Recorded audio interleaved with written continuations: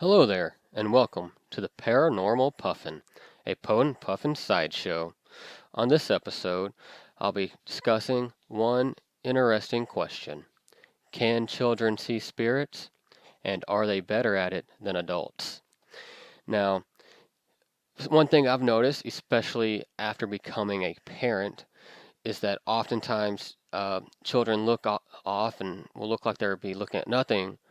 Like I'll see nothing that they're looking at, but it looks like they're intently focused on something. And my wife gets really freaked out about this because she's always been under the impression that children are better at being able to see um, spirits and ghosts and things of that nature than adults, and that children can see things that we can't. And so I've kind of paid attention to this with my own son, and I've kind of noticed that I know there this one area in our house, especially when he was an infant and early toddler stages. Um, there's one area in the house where he would always just kind of look up, and you'd see his eyes like they're following something. It looked like he's looking at something, but there wasn't anything there. And my wife always was freaked out about that. She always thought that, he was seeing some kind of spirit or ghost or something. And when he was an infant and he slept in his own room, my wife liked having him in the room with us rather than having him in his own room with some kind of monitoring system because she was always freaked out that she would look into the monitoring system and see something with him or see him look like he's interacting with something that we couldn't see. And so that's kind of intrigued me into thinking that maybe, kids can see more than adults. And I kind of am interested in why that is. And I think back to my own childhood and not necessarily seeing ghosts, but I know one thing when I was a kid, especially at night, it would even happen during the daytime in light, but happened more often at night in a dark setting. I could always see like these little floating dots in the room a lot of times.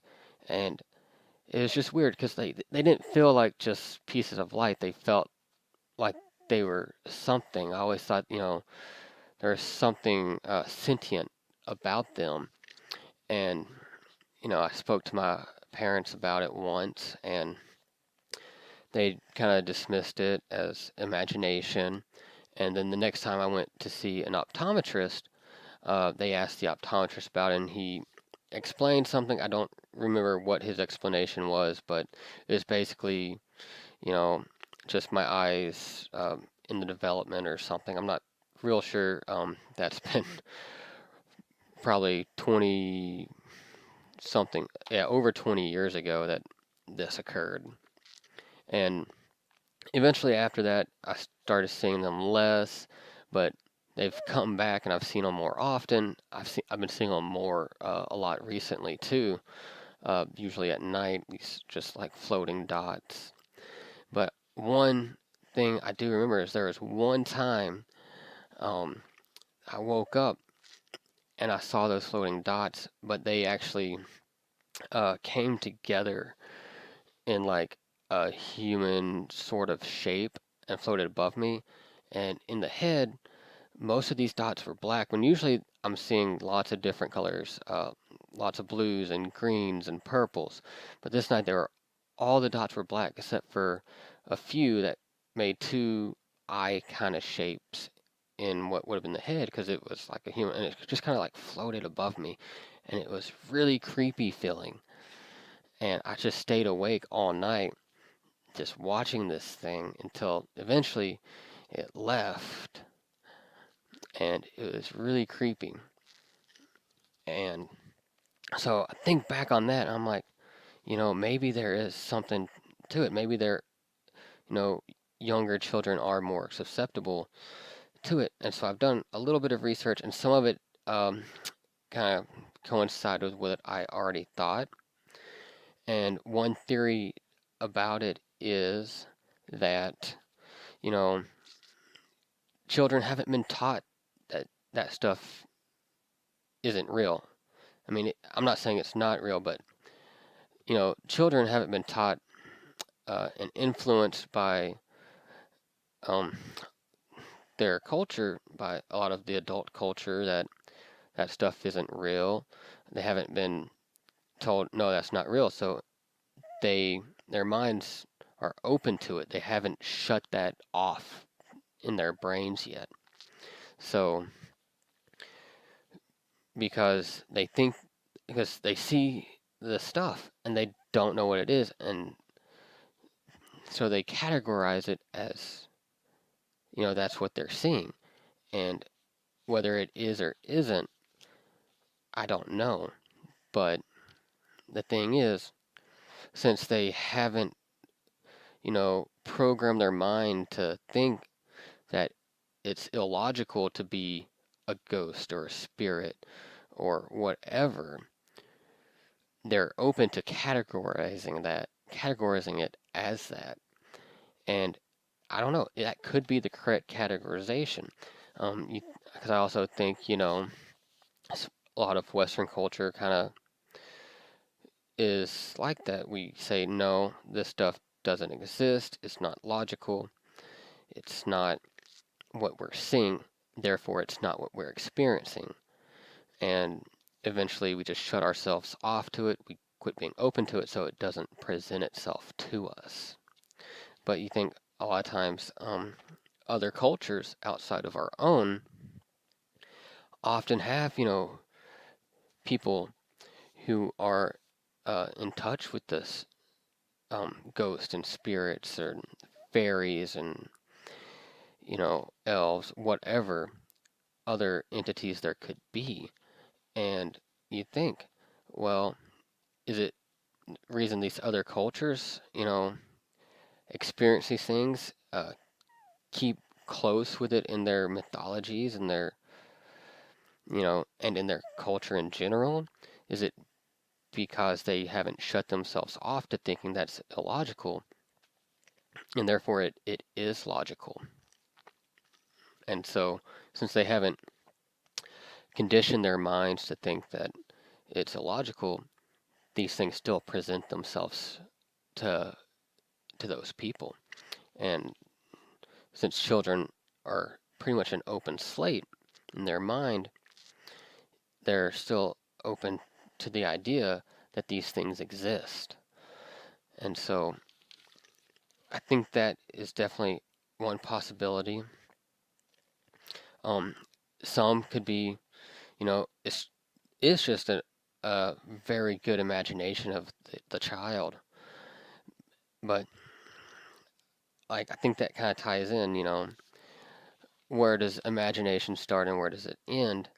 And in my research, I kind of find some interesting things. There does tend to be a spike around Halloween, for reports of children seeing these apparitions and experiencing otherworldly experiences. And so it could be that their imagination's being hyped up by a lot of the media, what they're seeing on TV, reading in books, because they're putting themselves in that mindset for that particular holiday, which really celebrates, ghosts and ghouls and things. And so they're putting their minds in, you know, and creating that imagination to that. But it could also be, I think, they because they're putting their minds into that mode by uh, being engulfed in extra media, that maybe because they're young enough, they're still subconsciously tapping into their minds and allowing themselves to be open to it. So it could be part imagination, but it could also be part, allowing themselves to be open. And so another thing I saw is that, used to they would think that children had a difficult time um, differentiating reality from fantasies, but a lot of recent study shows that children as young as 3 are actually very good at telling the difference. I mean, there can still be mistakes in telling the difference, but a lot of times they're actually a lot better than a lot of adults at differentiating reality from fantasy. And they're able to switch between the two very easily. And so, if I think it's reasonable to think if they really believe that they're seeing something otherworldly, some kind of spirit, angel, ghost, whatever it may be, that if children are this good at being able to switch between reality and fantasy and they're believing they're seeing this, then I think it's logical in my mind to think that they are experiencing that. And so another interesting thing I found is children, their eyes they're actually able to see differently than adults. Um, and so this may be something that is allowing them to, you know, see these things. One thing that I found is that, adults, they see UV lights between 400 nanometers and 700 nanometers. And light becomes invisible to the human eye between 315 and 400 nanometers. And so we see above that. But children are capable, and I don't know where the age cutoff for this is, but younger children can see as low as 380 nanometers. And so they can see part into that range that's invisible to most adults. And I know that a lot of times paranormal investigators use UV technology to try and catch and show proof of spirits and ghosts and entities because they appear in that lower range of UV light. And so it could be that they do exist, but because of their light patterns, they're below what's capable for most humans. But they're still in that range of what children are able to see because they can see into a lower range of the UV light. And so I think it's reasonable then that, some spirits, may hang out, just below that 400 nanometer mark that most adults don't see, but most children can see. And so that's why they're able to see it. And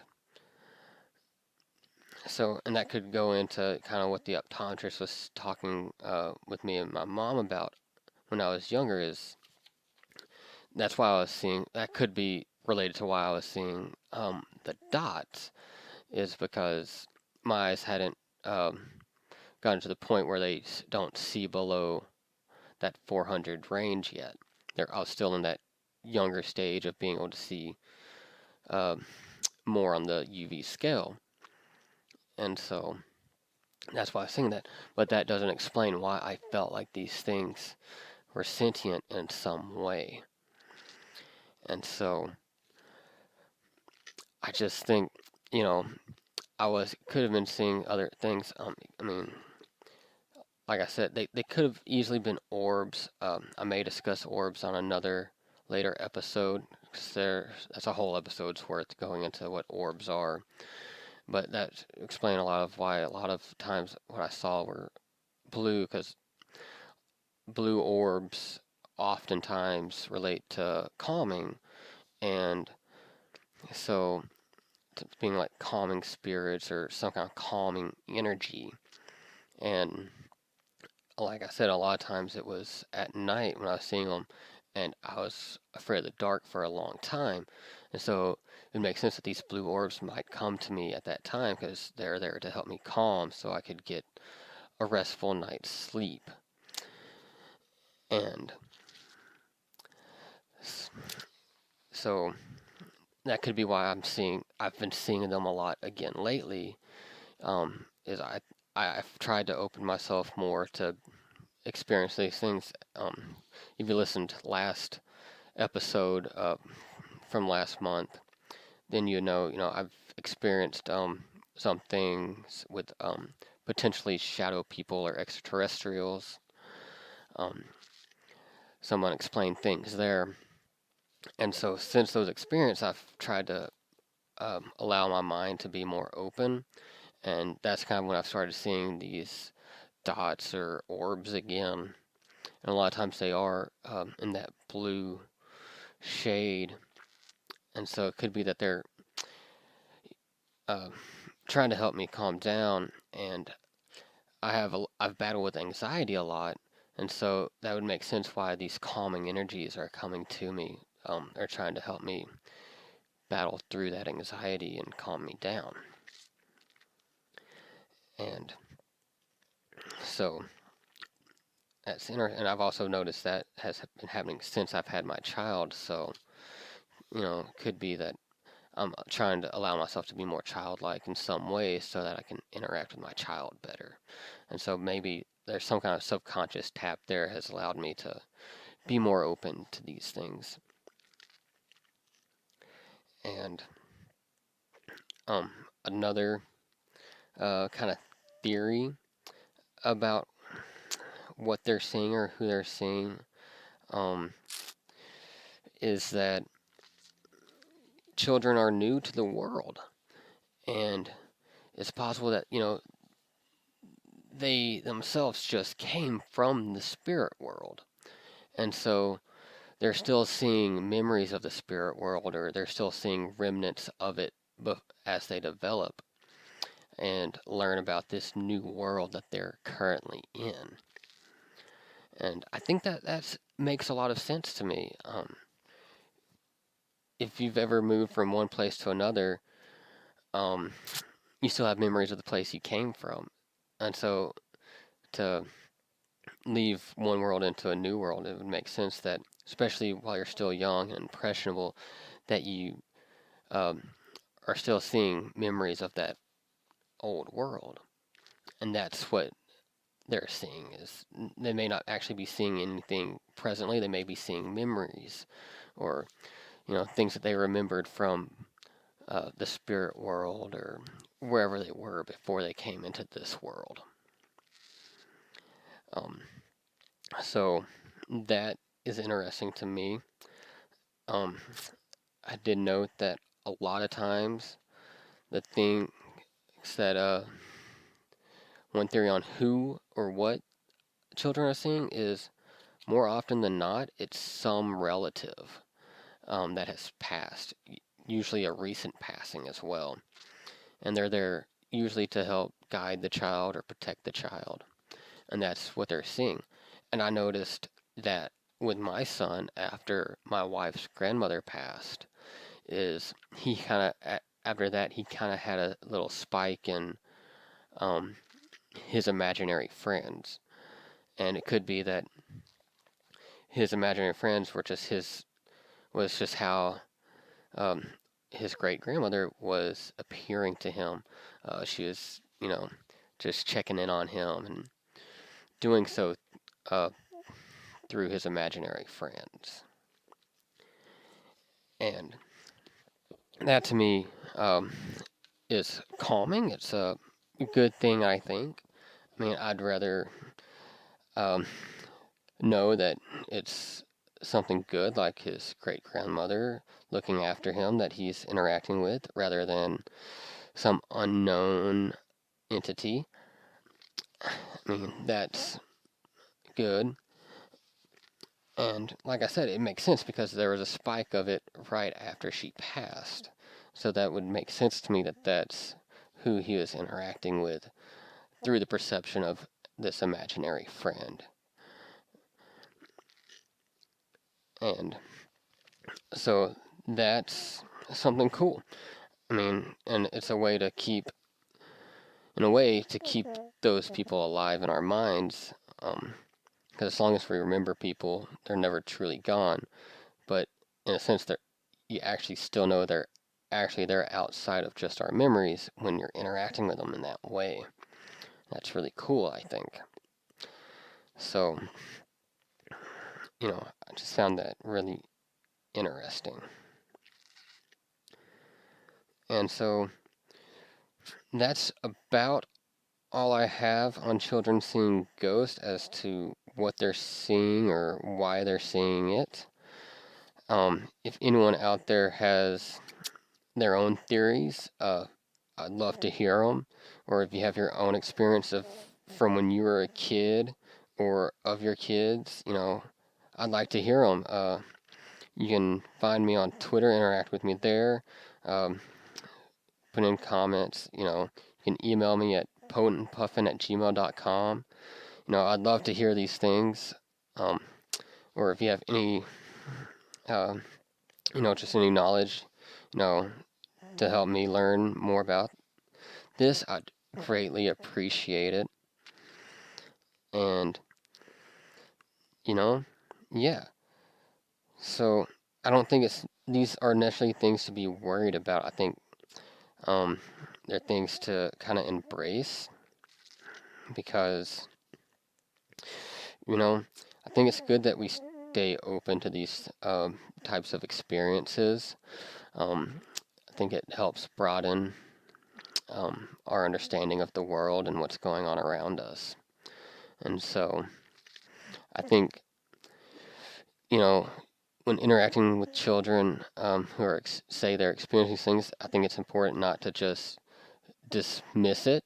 And I think it's good that we try and, not necessarily encourage it, but interact with them in a way that lets them stay open and think for themselves on what are they experiencing and know that what they're experiencing is valid and not just dismiss it because, I don't know, it may not only cause them to shut down being open to these things, but it may also cause, other developmental issues as well. I don't know, but some of the research I've read kind of suggests that that could be a possibility. But in the end, I think, just interact with them, talk to them, find out what these things are, ask them if they're telling them anything, see what they're saying. Like, I know for a while, my son had his happy monster, as he called it, and I would talk to him, and be like, "Hey, what does the happy monster say?" And he would tell me stuff, and it was never really anything bad. A lot of times it was just, he had his happy monster, and for a little bit he had, in another room, there was a grumpy monster, I think is what he called it, but his happy monster kept that away, and the grumpy monster didn't stay around long because the happy monster got rid of it.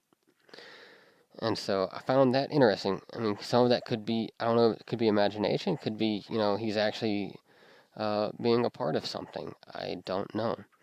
But I thought that's interesting, and, I don't just shut it down that, you know, I let him, experience and I interact with him to make sure that it's nothing bad or dangerous for him.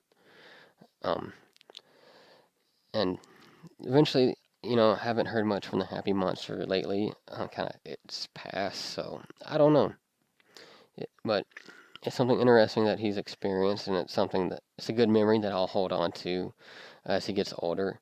And I don't know, maybe when he's older, he may tell me more about it, or it may fleet from his memory as he gets older. I don't know. But it's still something to hold on to as a memory of when he was a kid. But yeah, like I said, if you have any thoughts or, experiences along children experiencing or seeing things of another world, I'd like to hear it. Like I said, you can email me at poeandpuffin@gmail.com or follow me on Twitter, interact with me there, or leave comments on my YouTube videos, whatever. I'd love to hear your input. And I will catch you all on the next episode of Paranormal Puffin. And also check out my weekly Poet and Puffin as well if you want to just get a little insight into my weekly life. And I'll catch y'all next time.